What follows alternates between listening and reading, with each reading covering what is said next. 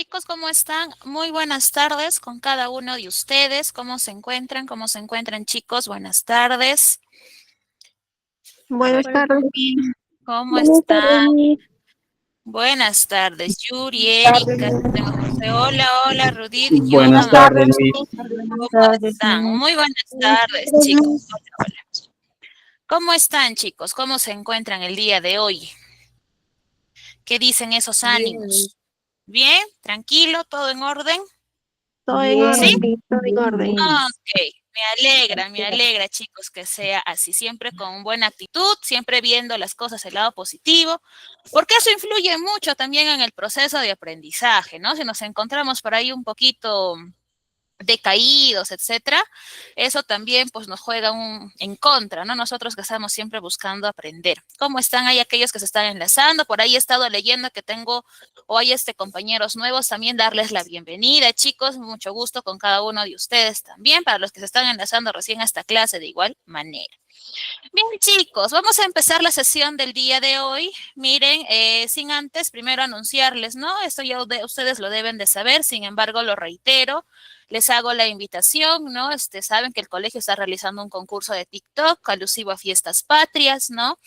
Lo que son las bases, el tiempo de que tiene que durar su video, ¿no? Cómo lo pueden hacer, ¿no? Qué contenido tiene que tener.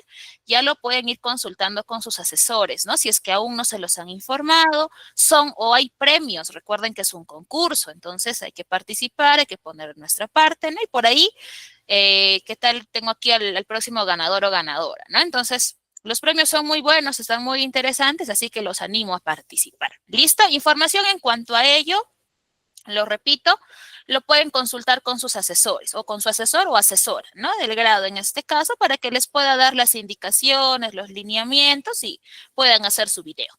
¿Correcto?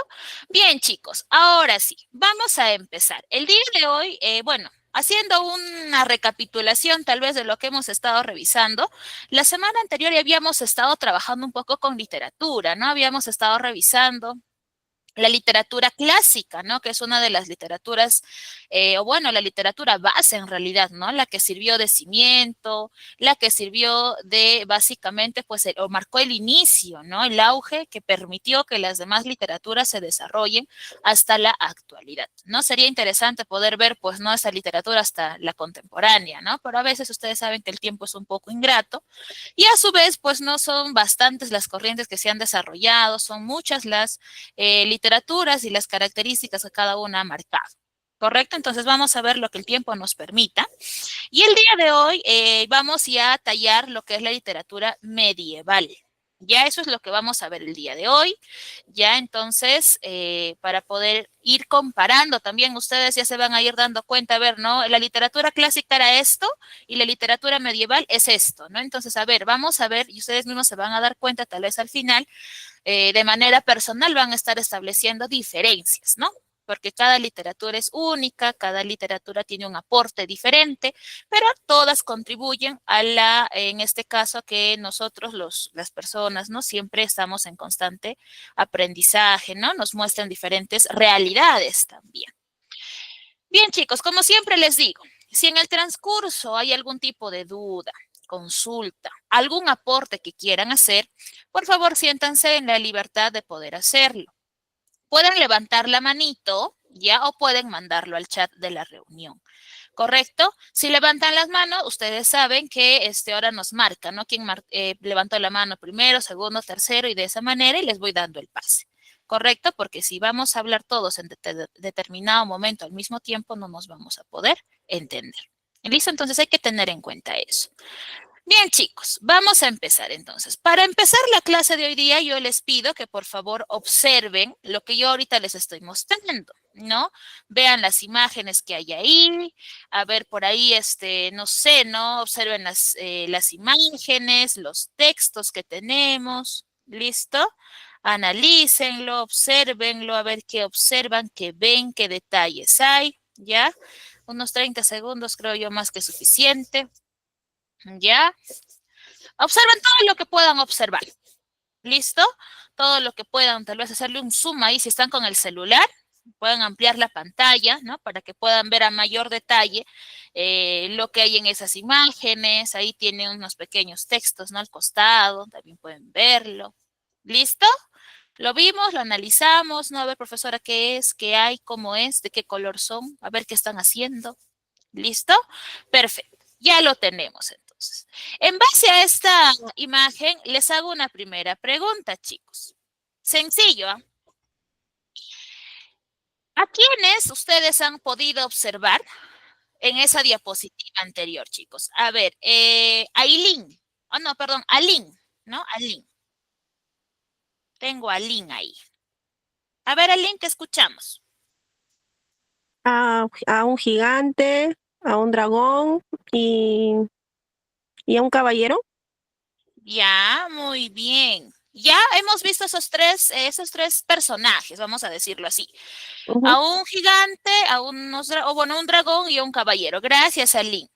A ver, Yaret, te pregunto a ti, en algún momento, tal vez, ¿no? En todo lo que llevas de vida, ¿has leído algo o has visto algo relacionado con alguno de estos tres, con algún caballero, algún dragón o algún gigante? Sí, mismo. ¿En qué casos, Yaret? Coméntanos.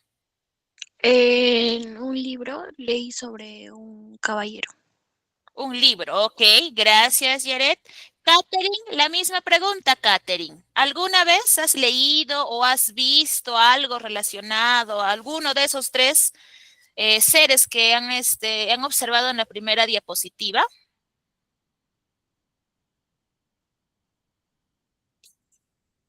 Catherine no está listo, no está. Mari, Sí, Miss, en una película. ¿qué película, Mari? A ver, cuéntanos, coméntanos. No me recuerdo el nombre, pero trataba sobre una guerra y ya estaban los caballeros luchando, pues. Ya, muy bien. Los caballeros estaban luchando. Excelente, Mari. Gracias. Eric, la misma pregunta. A ver, tal vez una película, un libro, no sé, por ahí tal vez una historia.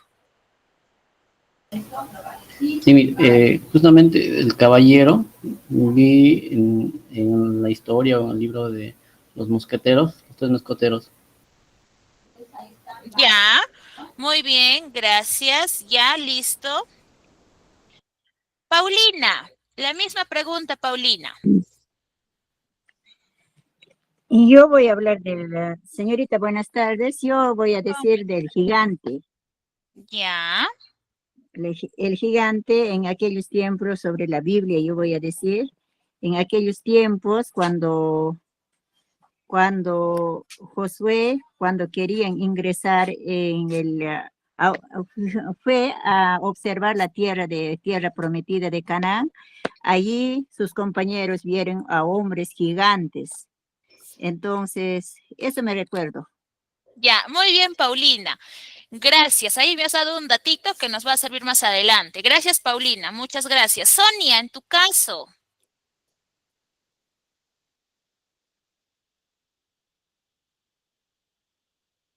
Sonia.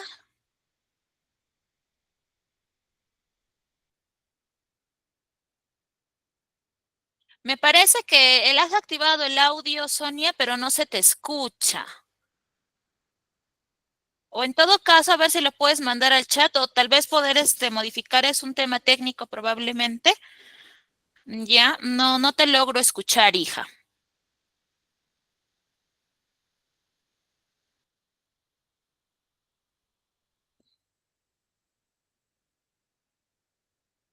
No, no se logra escuchar, Sonia. Ya, a ver.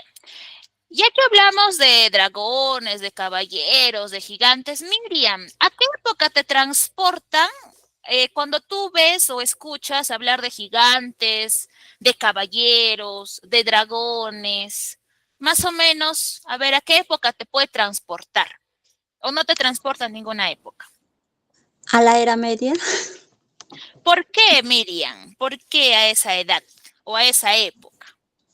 porque en esa época existían los caballeros, los dragones, los gigantes. Ya, muy bien, Miriam, gracias. Sheila, ¿qué característica, o bueno, no, primero preguntarte si te transporta a la misma época que Miriam o tal vez a otra época diferente? Buenas tardes, Miss. La época como tal no sabría decirle Miss, pero sí en la antigüedad, antes, existían los combates entre nación contra nación para apoderarse de las tierras.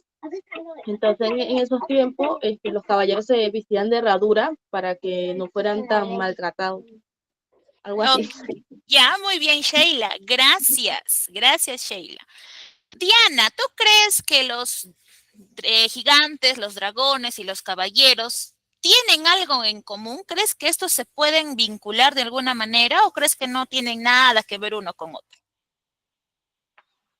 Mm, Creo que sí, deben tener algo en común sobre la época que nos transporta también, y sobre todo en la mitología griega, que están los gigantes, los caballeros, todo No. eso.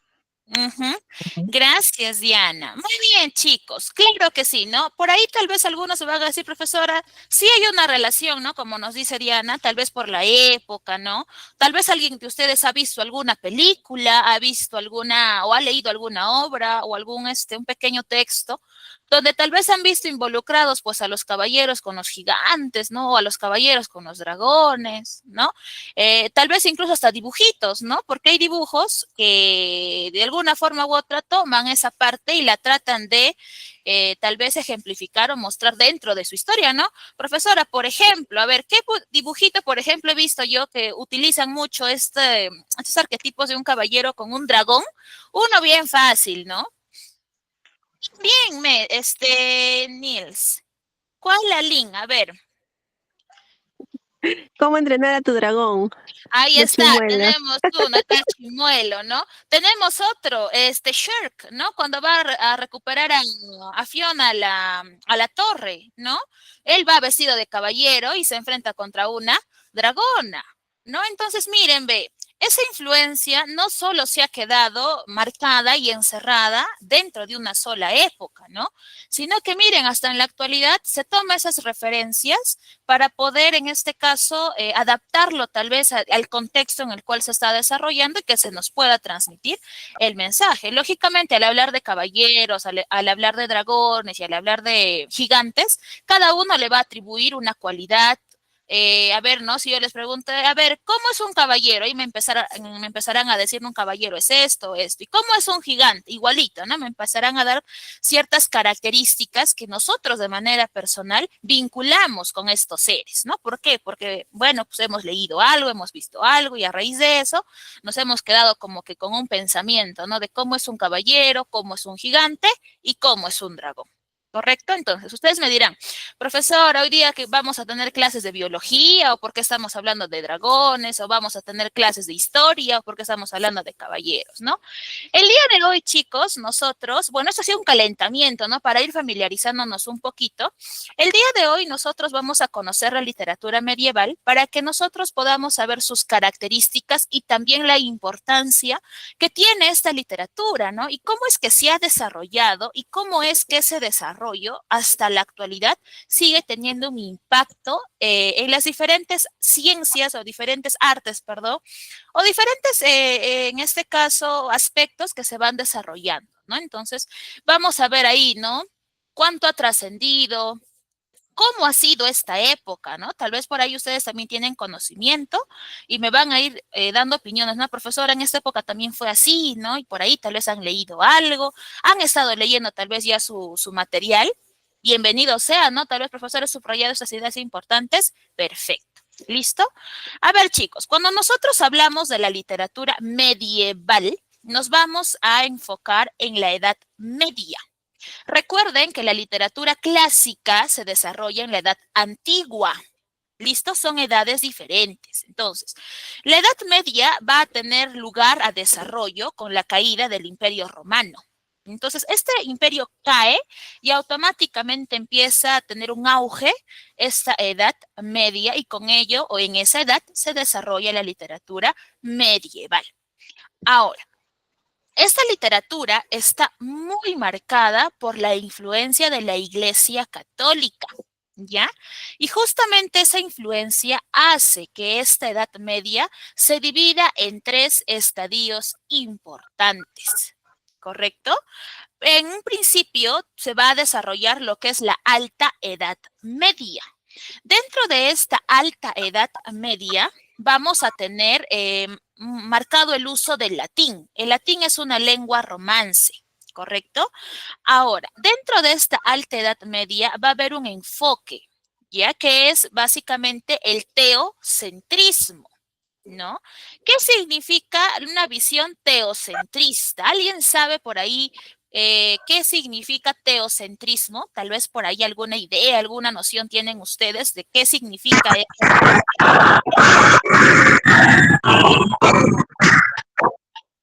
Ahí ya está. ¿Alguien sabe tal vez a qué se refiere el teocentrismo, chicos? Por ahí lo podremos dividir en 2. Esa única palabra lo podemos dividir en 2 partes para poder entenderlo, ¿correcto? Teo, uno, y centrismo, otro, ¿no? El teocentrismo significa que todo está centrado en Dios, ¿correcto? Entonces, en la Alta Edad Media se desarrolla mucho este enfoque, ¿no? Este punto o esta visión, ¿no? Esa visión teocentrista. Entonces, todas las obras o en todas las artes, ¿no? Todo lo que se desarrolle, se va a enmarcar teniendo en cuenta esa visión teocentrista, ¿correcto? Y van a utilizar mucho simbolismo, ¿no? Por eso es que ¿cómo decirlo? Una herencia tal vez o algo que se nos ha quedado a nosotros en la actualidad y que es desde antaño y que probablemente va a seguir así hasta las futuras generaciones, es el hecho que, por ejemplo, ¿no? Cuando han empezado a forrar los cuadernos de sus hijos, a hacerle las carátulas, en religión, ¿qué se suele dibujar con mayor recurrencia, chicos? En el curso de religión. La imagen de Jesús. Claro, no, ya, aparte de eso, también tenemos un animalito, ¿no? Que cuando tú lo ves dibujado en el curso de religión, dices, ya, esto significa Yaret. Una paloma, Miss. Claro, ¿no? Todos hemos dibujado palomas en religión, ¿no? Profesora, una paloma significa la paz, profesora, ¿no? Incluso leemos su ramita de olivo y etc. Simbolismo, porque esa única imagen ya te está dando un mensaje, ya le estás atribuyendo algo, ¿no? Entonces, cuando, por ejemplo, por ahí vemos una cruz, eso también es un simbolismo, ¿no? Entonces, miren, es una herencia que tenemos hasta ahora, no es como les decía a un inicio, ¿no? Algo que se ha desarrollado en ese tiempo y ya, profesora, se desarrolló en esas épocas, en esa Edad Media y ahí se quedó, ¿no? No es así. Miren, hasta la actualidad, en el curso de religión, es más, se ha extendido tal vez a otras áreas también, y ahí está presente el simbolismo. Entonces, esa es la primera edad, ¿no? La primera etapa, la Alta Edad Media. También van a desarrollar el medioevo. Ya dentro de esta segunda etapa se va a marcar ya una visión nacionalista. ¿Qué significa ser nacionalista, chicos? A ver, alguien por ahí, ¿qué es ser nacionalista?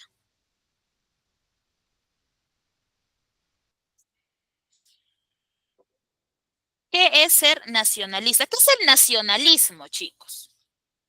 Porque nosotros también actualmente tenemos nuestra nación, así que no es algo alejado a nuestra realidad. Profesora, nacionalista significa ser del país, digamos, de mi nación, ¿no? Perú.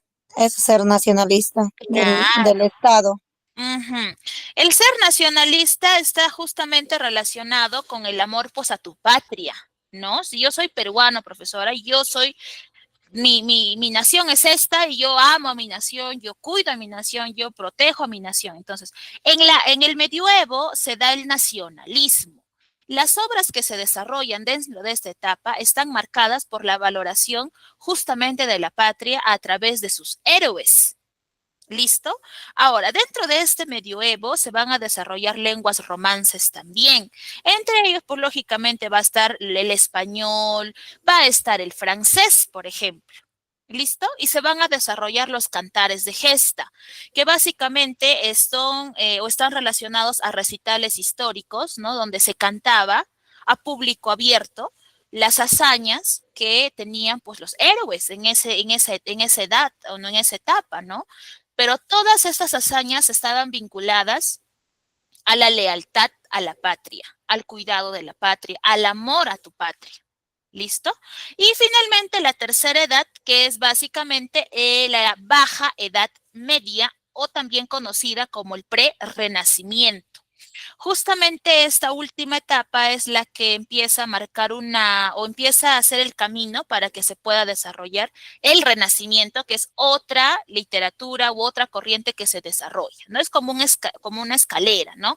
Primero teníamos la literatura clásica, luego se desarrolla la literatura medieval y luego esta va a dar pie al desarrollo del Renacimiento, ¿correcto? Entonces, en la baja edad media, ¿listo? Ya va a haber una convivencia entre la visión teocentrista y la visión antropocentrista.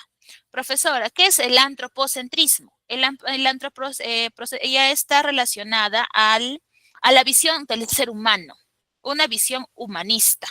Ya nos ve a nosotros como seres que pues tenemos libertad de expresión, tenemos raciocinio, ¿no? Ya ve al ser humano como lo que es. Entonces, estas dos visiones, el teocentrismo y el antropocentrismo, empiezan a convivir de manera sana, empiezan a convivir uno con otro, ¿no?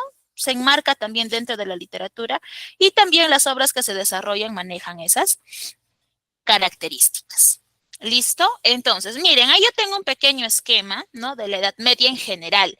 Lo que yo les he indicado sobre la Alta Edad Media, sobre el Medioevo y sobre la Edad Baja Media, ya son etapas o estadios que se desarrollan en la Edad Media. Y cada uno de estos responde pues a cualidades, a peculiaridades muy marcadas, ¿no? Tal vez una un poquito diferente de la otra, pero que al final han enriquecido todo este ámbito literario. ¿Listo? Entonces, miren, dentro de la Edad Media, entonces, se da la Guerra de las Cruzadas, se da el feudalismo, ¿no? Hablamos también de lo que es la burguesía, ¿no? El teocentrismo y las lenguas romances. Profesora, lenguas romances, repito, el latín, el español, el francés, ¿no? Por nombrar algunos nada más.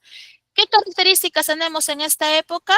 Que se va a desarrollar el género épico. Ustedes recordarán que en la literatura clásica se va a cimentar los géneros, ¿no? El género épico, el género lírico y el género dramático. ¿Recuerdan? Miren, esos tres géneros iniciales se van a formar dentro de la literatura clásica. Y esto es una herencia para las literaturas que van a continuar. ¿Por qué? Porque las van a adaptar y las van a clasificar teniendo en cuenta estos tres géneros literarios. Y dentro de la Edad Media, no es la excepción, se desarrolla el género épico. ¿Listo? Con la especie de los cantares de gesta. Y van a estar, pues, ¿no? Estos cantares están efectuados, son realizados por los juglares. Los juglares son pequeños cantantes o personas que se encargan a recitar, pues, ¿no?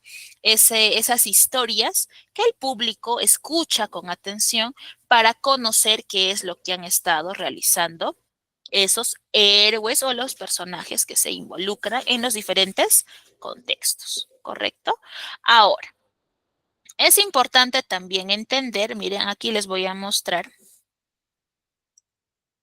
ya algunos de los cantares más populares, que son los cantares de Roldán y el cantar de los Nibelungos. Son algunos, ¿correcto?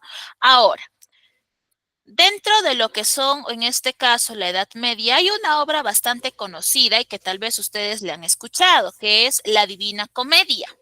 Alguien ha leído, ha escuchado, tal vez, pero hay comentarios. O tal vez en algún momento han sido curiosos y lo han leído. No sé, a ver, los quiero escuchar. ¿Lo han leído, no lo han leído? ¿Saben de qué trata? O nunca tal vez lo han escuchado, que también sería totalmente válido, ¿no? No sé, ¿alguno de ustedes tal vez lo ha leído o sabe de qué va esa obra? ¿Alguien? Tal vez por ahí. Rudith me dice que no lo ha leído. Ya, perfecto, no hay problema. Le nombro A ver, Eric, ¿te escuchamos? Sí, eso trata del escritor Dante Alighieri, es un libro prácticamente de poemas. Algo así. Ujú. Ese libro o esa obra es una obra que está dividida en 3 tramos, por decirlo así, purgatorio, infierno y paraíso, ¿no? Cada uno de estos tramos tiene 33 cantos, ¿no? A excepción del infierno que tiene, o perdón, del purgatorio que tiene 34, me parece, uno de los dos, ¿no? Que es el canto introductorio. Ahora, en este caso, en realidad la obra en un principio se llamaba Comedia, ¿no? Nada más, porque Dante Alighieri le da el nombre de comedia a esa obra. Sin embargo, hay un autor, escritor también que es Boccaccio, que le atribuye el adjetivo divina, ¿no? ¿Por qué le atribuye divina, profesora? Porque esa obra en realidad está relacionada a lo que es trilogía, ¿ya? Padre, Hijo y Espíritu Santo, como quien dice, ¿ya? Padre, Hijo y Espíritu Santo. Entonces, esa obra es bastante interesante, por ahí si la han leído, ya ustedes me entenderán, y los que no, tal vez por ahí si les llama la atención pueden hacerlo. Es una obra que Alighieri escribe justamente jueves y viernes santo, ¿no?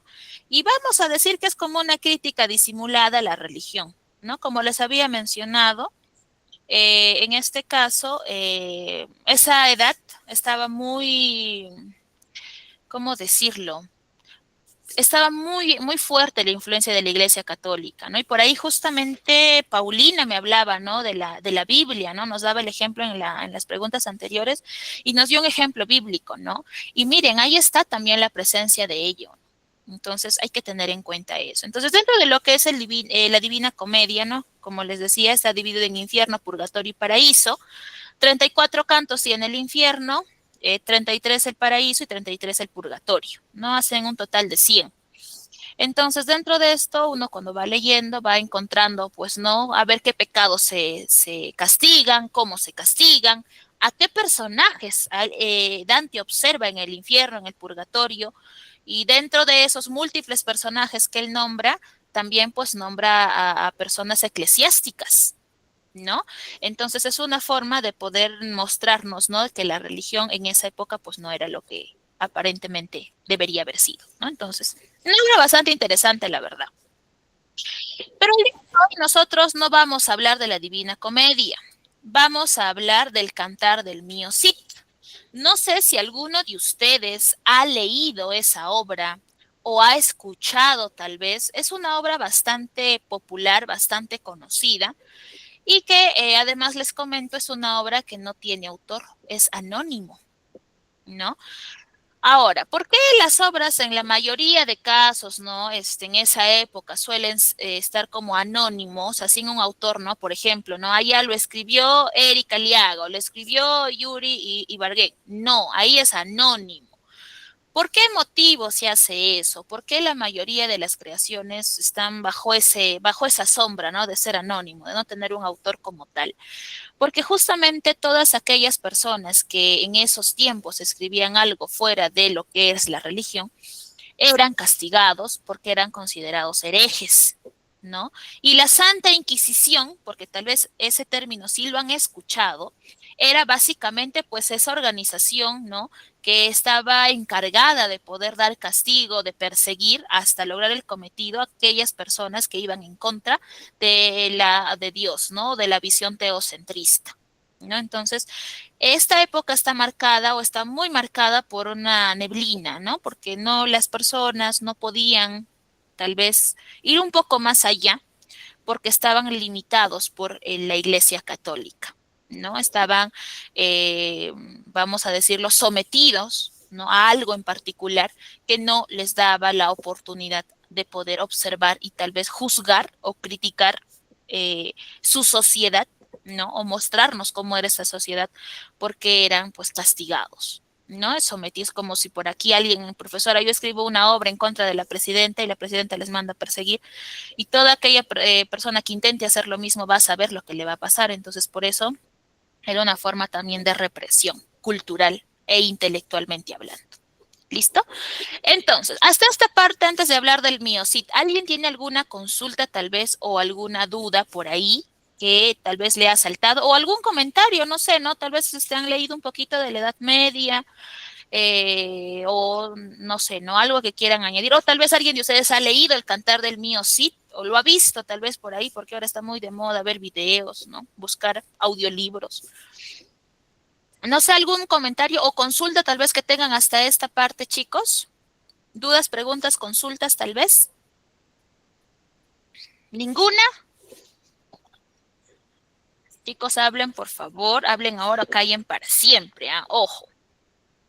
¿Todo claro hasta esta parte? Sí, todo claro hasta el momento. Listo. Muy bien, chicos. ¿Han Sí, cantado Miss, el mío, todo sí? claro. ¿Han escuchado de esta obra? ¿Han leído? ¿Han leído? ¿Han escuchado? El silencio, bueno, lo voy a tomar como, no sé si un sí o un no, pero probablemente algunos sí, otros no, y otros tal vez, profesora, pero no me acuerdo. En algún Eso. momento me pareció, el título me suena, profesora, pero no. Rebusco y rebusco y rebusco en mi memoria y como que Eso, no Miss, encuentro, no me ¿no? acuerdo. Ya no hay problema, pasa, no se acuerdan, Mis lo listo. he leído, pero no me acuerdo. Y ahí está, lo leyeron y no me, uy, profesora, ¿hace cuánto tiempo no lo habré leído y cuántos años ya pasaron? Ya me olvidé, profesora, ¿no? Y Sí, puede lo hemos pasar, leído ¿no? años, pero ya no lo recordamos. Ya.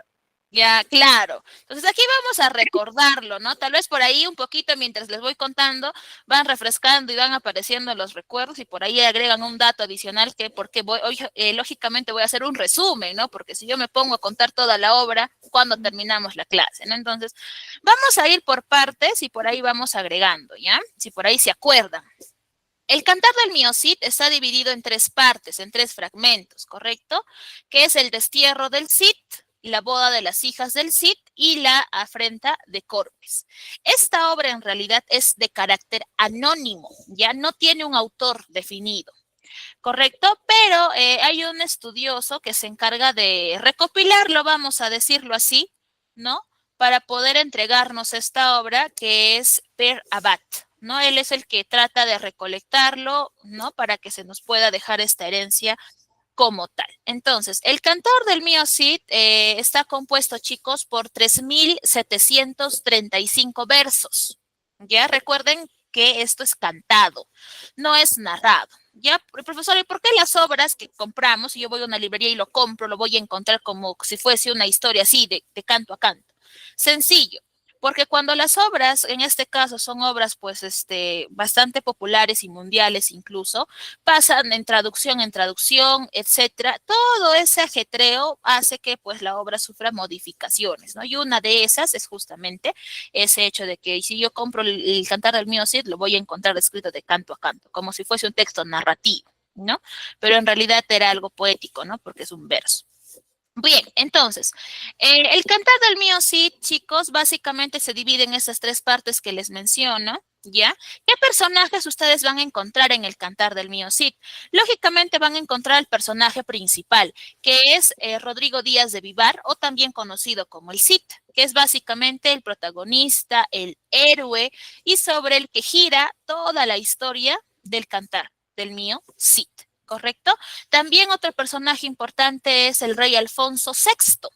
Él también juega un papel importante dentro de la obra y pues bueno, no es justamente el representante de su nación, pues hay que entender que es el rey, así como nosotros tenemos nuestro presidente, que en teoría es la imagen del país, lo mismo, ¿no? Alfonso VI es la imagen, la la que se le muestra respeto y que pues representa pues, ¿no? A su nación. Vamos a encontrar también a las hijas del Cid, en algún momento se nos menciona también a su esposa Jimena, ¿no? La esposa del Cid. También vamos a encontrar por ahí, por la obra, los infantes de Carrión. Vamos a encontrar a García Ordóñez, que también juega un papel muy importante y de hecho es alguien con quien muchos no simpatizan, ¿no? En fin, entonces vamos viendo esto. Ya, en realidad la obra ya no tiene un inicio completo. ¿Por qué? Porque no se ha encontrado, vamos a decirlo así, la primera página de cómo inicia este relato. ¿Ya?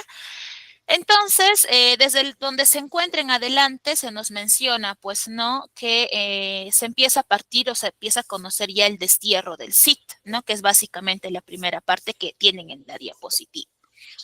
Entonces, ¿no? El Cid es desterrado de Castilla y le dan un tiempo de 9 días para poder retirarse, ¿no? Desterrar es, te vas, verás a dónde, pero aquí ya no puedes estar.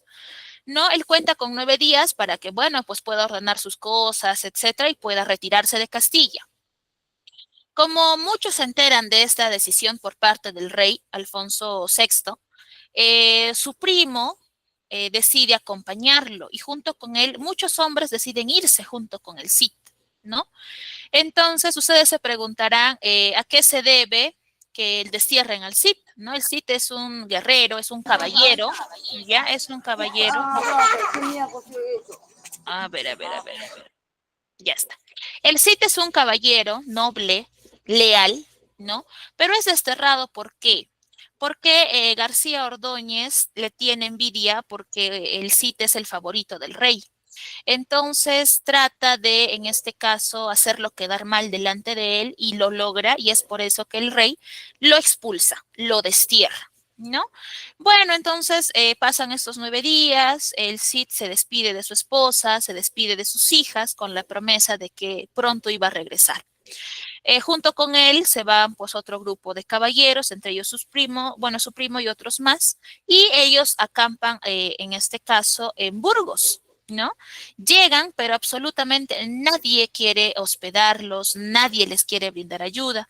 Ellos no entendían por qué, hasta que una niña le comenta al Cid que es porque el rey había dado una orden estricta y había ordenado que absolutamente nadie lo ayude, ¿no? Y aquella persona que lo ayudara iba a ganarse problemas con la corona, pues no, con el rey. Entonces, como no tienen apoyo, no tienen ayuda, el Cid y todos los caballeros que iban con él deciden pues acampar afuera de Castilla, ¿no? Y en este caso aparece un personaje que es Martín Antolínez, quien pues en este caso decide ignorar la orden del rey y decide ayudar al Cid y a los hombres que lo acompañan, proveyéndoles alimento, ¿no? Porque él sabía perfectamente que nadie más lo iba a hacer. ¿No? Entonces, la situación en la que se encontraban hay que entender que es un destierro, no tienen dinero y tienen que ver la manera de, ver la forma de generar algún ingreso, ¿no? Para que puedan en este caso seguir con su viaje. Así que en este caso deciden, ¿no? Se les ocurre una idea y deciden llenar 2 arcas con arena, ¿no? Y esas arcas van y se los entregan a unos judíos, que son Raquel y Vidas, ¿no? Y les dicen que ellos necesitan 600 marcos y a cambio ellos les van a entregar esas arcas que están repletas de oro, entre comillas, pero no era oro, era arena.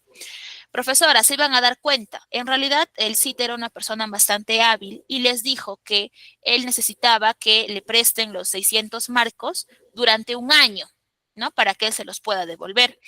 Y en este caso, como prenda, iban a quedar esas arcas, pero la condición era que si ellos destapaban esas arcas, el trato se deshacía y el Cid ya no les iba a devolver ningún marco.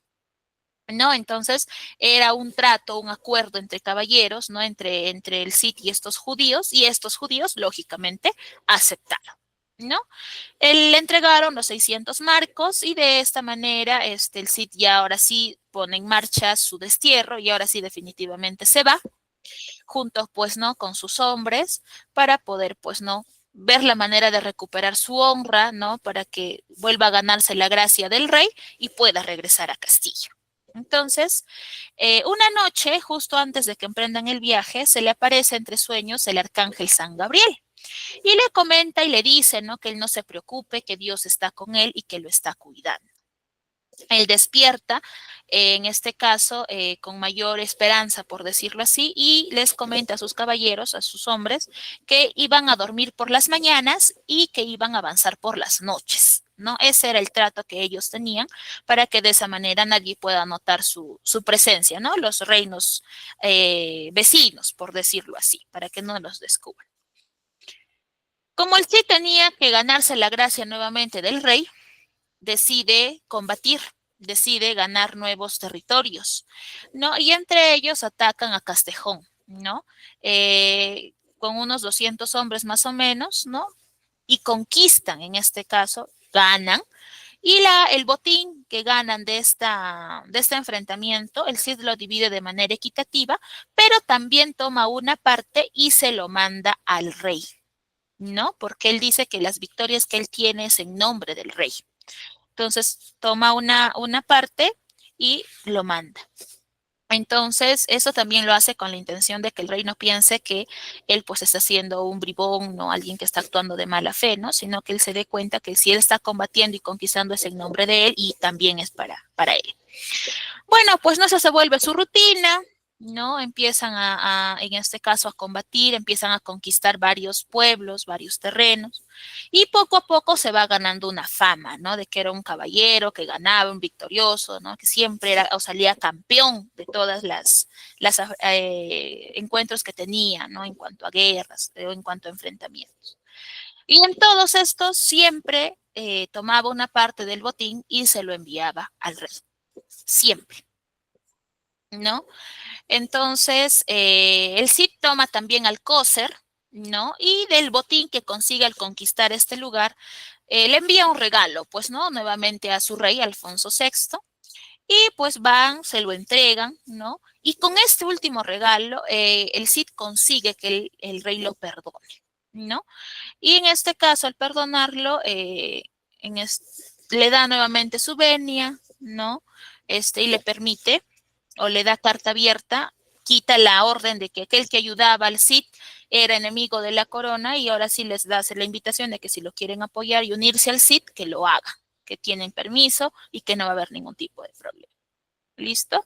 Bueno, pues no, tras victoria y victoria, lógicamente el Cid se va haciendo de riqueza, ¿no? Va ganando, también va haciendo ganar a su país, a su nación. Y bueno, pues no, en este caso, de esta manera, acumula sus bienes y puede, en este caso, recuperar su honra, recuperar en este caso su lealtad, ¿no? Que el rey vuelva a verlo con buenos ojos y pueda regresar a ver a su familia, ¿no? Entonces, en esa primera parte se nos narra eso, se nos canta eso, ¿no? Todas estas hazañas que tiene que pasar el Cid fuera de o dentro de o durante la estadía de su destierro, ¿no? Para que él se haga esa fama, pues, ¿no? Una muy buena fama, de hecho, que suma, vamos a decirlo así, para que consiga el perdón de su rey. ¿Correcto? Entonces, ahí lo tenemos. Entonces, eso es en la primera parte. Ahora, en la segunda parte tenemos el cantar de las bodas de las hijas del Cid, ¿no? Recuerden que el Cid tiene sus hijas, entonces, en este caso, el Cid ya se acostumbró a pelear, ya se acostumbró a estar en estos constantes enfrentamientos, ¿no? Y siempre va de pueblo en pueblo combatiendo, ¿no?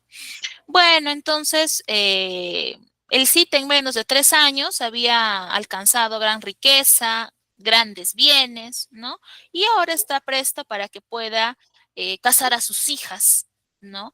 Y de esta manera, pues, no sea un matrimonio bueno para ellas, sobre todo, ¿no? Pero es tanta la buena fortuna que tenía el Cid, ¿no? Tanto en la riqueza material como también en la gracia que tenía, que esto sigue despertando celos en Ordóñez, ¿no? Recuerden que Ordóñez fue el que hizo el que lo desterraran, ¿no?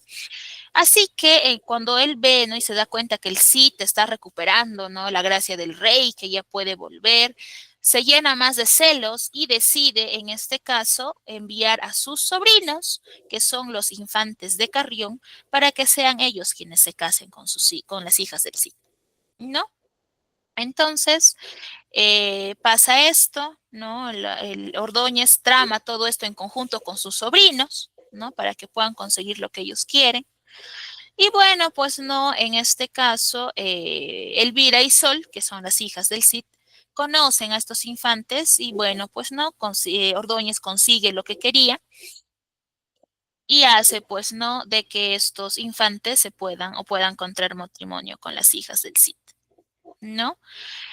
Antes de que pase esto, antes de que sus hijas se puedan casar, el Cid sigue combatiendo, ya se va a Valencia, ya el rey ahora sí oficialmente lo perdona, ¿no? Y aprovecha este encuentro para que le pueda informar al rey que quiere casar a sus hijas con los infantes de Carrión, ¿no? ¿Con qué intención o propósito? Con que el rey pueda darle su bendición, ¿no? Pueda aprobar ese matrimonio y le pueda, pues, permitir, ¿no? Que sus hijas se casen con. Bueno, pues después de esto él regresa nuevamente y ahora sí, pues para que pueda por fin casar a sus hijas, ¿no? En este caso, las bodas de sus hijas duran 15 días, ¿no? Y los infantes de Carrión van a Valencia a poder, pues, instalarse con sus esposas, ¿no? Para que puedan vivir. Y aquí ellos viven, pues, 2 años más o menos, ¿no? Junto con sus esposas. Entonces, aquí en las bodas del Cid o en las hijas del Cid, se nos cuenta eso, ¿no? Se nos canta eso, su matrimonio de las hijas, ¿no? En fin. Ahora, recuerden que el matrimonio o la aparición de los infantes de Carrión es una treta que hace Ordóñez. Ya Ordóñez es el tío de estos infantes, pero el Cid no sabía eso. Ya por ahí tal vez está en su mente, no, pero se sabía por qué dejó que se casen, ¿no? Él no sabía, él sí desconocía esa información. Bueno, pues no, en el cantar de la afrenta de Corpes ya se nos menciona, pues no, ya nos nombra en este caso, que los infantes de Carrión son la burla de la gente, ¿no? Son la burla de Valencia. ¿Por qué? Porque son personas muy cobardes, ¿no? Que frente a los problemas o que frente a las peleas que existen dentro de esta época, ellos huyen. No son de pelear, no son de enfrentar, no son de luchar como lo es el Cid, ¿no? Sino que prefieren escapar. Entonces, debido a esa cobardía, ¿no? Ellos se sienten los ridiculizan, ¿no? Se sienten avergonzados. Y esa vergüenza hace que ellos quieran irse de Valencia. Ya no toleran más que las personas se burlen de ellos. Entonces, deciden irse de Valencia y regresar a su tierra, que es Carrión. Entonces, para ello, lógicamente, tienen que irse con sus esposas, ¿no? Y el Cid se entera de esto y pues a modo de ofrenda, vamos a decirlo así, les entrega a estos infantes vestidos, caballos y también sus 2 espadas, ¿no? Que es Colada y que es Tizona. Tal vez esas espadas les suenan. Entonces, ¿por qué? Porque lógicamente estaban llevando a sus hijas, ¿no? Entonces los infantes emprenden marcha, ¿no? Y el Cid, para que se sienta más tranquilo, manda también a un grupo, ¿no? De caballeros de su propio poder para que puedan acompañarlos y de esa manera él también se asegure de que sus hijas lleguen bien a Carrión. En fin, ¿no? Emprenden el viaje, pero llega un punto en el que estos 2 infantes les dicen a estos caballeros, ¿no? Que por favor se adelanten, que ellos quieren estar un rato a solas con sus esposas. Y pues bueno, estos hacen caso, adelantan el viaje y estos se van quedando atrás con Elvira y con Sol, ¿no? Que son las hijas del Cid. Bueno, pues a la altura del poblado de Corpes, ya estos infantes amarran a estas 2, ¿no? A sus esposas, las amarran a árboles y las empiezan a despojar de sus ropas, empiezan a pegarles, a azotarles, a maltratarlas, ¿no? A tal punto de que es tanto los golpes que han tenido que estos infantes piensan que estas ya están muertas, ¿no? Y las dejan abandonadas. Entonces, el Cid no se sentía tranquilo y decide enviar al primo de sus hijas, averiguar, pues, ¿no? Si realmente ya sus hijas ya han llegado y si están bien. Y en el camino las encuentra, pues, ¿no? Y las encuentra en estas condiciones. Entonces, las noticias o esta noticia es tan fuerte que es informada directamente al Cid y al rey, ¿no? Quien manda a 200 caballeros, a 200 hombres para que vayan por sus hijas y las puedan regresar a Valencia. El Cid se enoja, lógicamente hay que entender que en esta época la honra es un papel o juega un papel muy importante y decide, ¿no? Restaurar eso, decide que sus hijas no van a estar deshonradas y que pronto las va a volver a casar con otras personas para que esa honra se pueda también recuperar. Y le pide al rey, ¿no? Que pueda en este caso hacer justicia por lo que le habían hecho a sus hijas. Entonces, todo lo que el Cid les había entregado, ¿no? Los vestidos, los caballos y las espadas son devueltas, ¿no? El Cid las recupera. Y de esta manera, los reta un duelo a los infantes de Carrión, ¿no?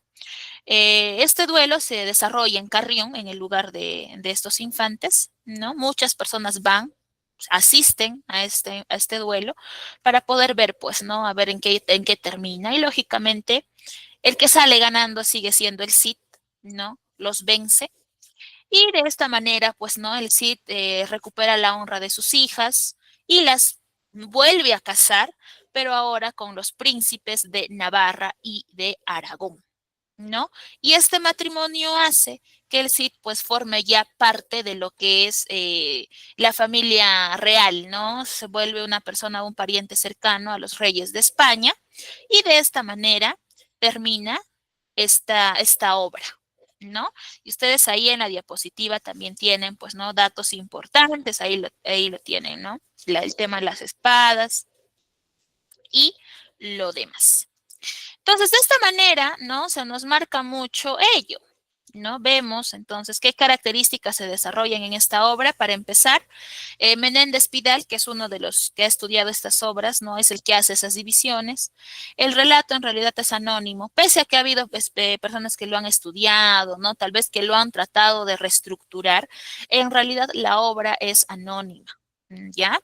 Ahora, dice, tiene un sentido al héroe, un símbolo de patria, ¿no? Ahí tenemos como tema el desarrollo del destierro y la recuperación de la honra. El tema de la honra no solamente se desarrolla en las hijas, ¿no? Sino también en él. Porque recuerden que por una treta de Ordóñez es que el Cid pierde, ¿no? Pierde el favor del rey y trata de recuperar esa honra, trata de recuperar también ese favor a través, pues, de sus acciones, ¿no? Y muchas de esas acciones fueron, pues, el hecho de que él combatía y, pues, lo hacía en nombre de su rey y en nombre de su patria. ¿Qué otros temas se tocan en la obra? Las guerras, ¿no? El amor a la familia, porque justamente el Cid quiere volver por su esposa y por sus hijas. También cuando defiende a sus hijas, ¿no? De lo que habían o les habían hecho estos infantes. El honor, la venganza y el amor a la patria. Sobre todo vemos ese nacionalismo, ¿no? Que el Cid quería, buscaba que siempre el rey sea la persona que sepa, se entere y lógicamente le dé la venia correspondiente para que él pueda hacer o desarrollar las actividades que tenía en mente. ¿Listo? Entonces, chicos, hasta este punto, ¿hay alguna duda, alguna consulta, tal vez por ahí, o algo que quieran añadir, o tal vez que se han recordado? No lo sé, puede ser. ¿Alguien, chicos, alguna duda, pregunta o algún comentario que quieran realizar? ¿Dudas, preguntas, consultas? ¿Yasmín? ¿Ninguna? Ya, yo les pregunto a ustedes entonces, ¿ya? No, ninguna. Ya, hija, gracias. Miren, yo aquí tengo dos preguntitas. Uno dice, ¿quién es el autor y creador del Cantar del Mío Cid? ¿Virgilio, Sófocles, Anónimo, Eurípides o Menéndez Pidal? ¿Quién es el autor, Aline? Anónimo, Miss. Anónimo, listo, anónimo. Muy bien, siguiente pregunta. ¿Con quiénes se casan las hijas del Cid? ¿Con el príncipe Harry y William, con los infantes de Navarra y Aragón, con los infantes de Carrión, con el príncipe de Castilla y Valencia o con los infantes de Madrid y Barcelona? ¿Con quiénes casa el Cid a sus Con hijas? los infantes de Carrión. Los infantes. Claro, muy bien, con los infantes. Profesora, ¿no es con los de Navarra y Aragón? Sí, pero ellos no son infantes, ellos son príncipes. Ya entonces, por ahí hay que tener cuidado. Ya son príncipes. El último matrimonio que tienen las hijas del Cid son con estos príncipes. Ya, entonces, mire, vemos marcado mucho entonces dentro de esta obra ello. Y acá hay un dato adicional que les brindo. Miren, ve. Justamente ahí nos lo dice. Rodrigo Díaz de Vivar fue un líder militar castellano que llegó a dominar al frente de su propia mesnada el levante de la península ibérica a finales del siglo XI como señorío de forma autónoma respecto de la autoridad de rey alguno. ¿Por qué? Porque todas las conquistas que él hacía, todo lo que él iba consiguiendo a raíz de bueno, pues no, del destierro y después de también, hizo que la riqueza del Cid crezca. Y estas riquezas, estas conquistas justamente hicieron que éste pueda ir formando su propio gobierno, vamos a decirlo así, su propio, o él mismo sea la autoridad dentro de, ¿no? Muy al margen del respeto, del cariño, ¿no? Que él tenía por su rey, al margen de eso, ojo. Consiguió conquistar Valencia y estableció en esta ciudad un señorío independiente desde el 17 de junio de 1094 hasta su muerte. Su esposa Jimena Díaz lo heredó y mantuvo hasta 1102, cuando pasó de nuevo a dominio musulmán. ¿Ya? Entonces, el Cid o Díaz de Vivar es un personaje, un héroe. Recuerden que esta literatura, específicamente hablando del Cid, narra, de hecho, algunos o toma dentro de su narrativa personajes de la realidad. ¿Ya? Entonces hay que tener en cuenta eso. Pero aún así, no deja de ser literatura. ¿Ya? En este caso nos muestra justamente pues algo muy que es muy característico de esta época, ¿no? Cuando hablábamos de caballeros al inicio, y ahora se darán cuenta el por qué en la diapositiva inicial, cuando empezamos la clase, les mostraba lo del caballero, ¿no? ¿Por qué? Porque justamente un caballero tiene estas cualidades que nos da, pues, el Cid, ¿no? Una persona leal, una persona que lucha, una persona perseverante, una persona honrada, ¿no? Una persona que pese a las dificultades o al problema, o pese a la magnitud de lo que se está enfrentando, siempre está ahí, ¿no? En pie de guerra, ¿no? Ahí está paradito y siempre intentando y haciendo las cosas de manera correcta, ¿no? En este caso, por el amor a su patria, por el amor a su familia, ¿no? Entonces, chicos, de eso va, esa es la obra que hemos visto el día de hoy, y no sé, nuevamente les vuelvo a consultar si hay alguna duda o si no la hay. ¿Dudas, consultas? No, todo conforme. Ya. Yo les No, pregunto Miss. entonces algo a ustedes rapidísimo, chicos. ¿Qué hemos aprendido el día de hoy? ¿Qué hemos aprendido el día de hoy, chicos? Yaret. Sobre la literatura medieval, Miss. Ya, muy bien, Yaret. Muy bien, Yaret. ¿Cómo lo hemos aprendido, chicos? ¿Cómo lo hemos aprendido o cómo hemos aprendido acerca de literatura medieval?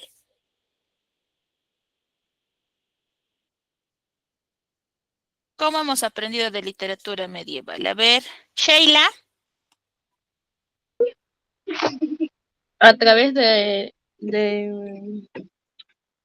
a través de la escritura antigua, o sea, de los cuentos antiguos y esas cosas. Ya, muy bien, Sheila. Liz. A través de la lectura, Miss. Muy bien, Liz. ¿Para qué les sería útil a ustedes haber aprendido sobre literatura medieval, chicos? ¿Para qué les será útil? ¿Para qué? Para cultura general. Ya, Liz, muy bien, para cultura general. Yaret. Para profundizar conocimientos, ¿sí? Ya, muy bien, Yaret. Y Rudy, contigo termino. Miss, para estar informada en lo antiguo y el cómo es ahora acerca de la literatura medieval también, o sea, de antes y a la hora. ¿Cómo se dice? Muy bien, Rudy, gracias. Por ahí Violeta me dice para saber todo sobre cultura general. Ya, muy bien, Violeta. Listo, chicos. Entonces, de esta manera estamos terminando la sesión del día de hoy. Cuídense bastante. A ver, Nils, te recomendaría, hijo, que puedas revisar en este caso textos de la Edad Media, ¿no? En este caso, empaparte sobre obras que se han desarrollado dentro de esta, ¿no? Para que puedas en este caso tal vez profundizar aún más ello. ¿Listo? Muy bien, chicos, cuídense bastante. Ya nos estamos reencontrando la próxima semana. Que tengan bonito fin de semana y también una semana bastante productiva. Cuídense, chicos. Buenas tardes con cada uno de ustedes. Cuídense, Miss. Chao, Miss. Chao, Miss. Cuídense, Miss.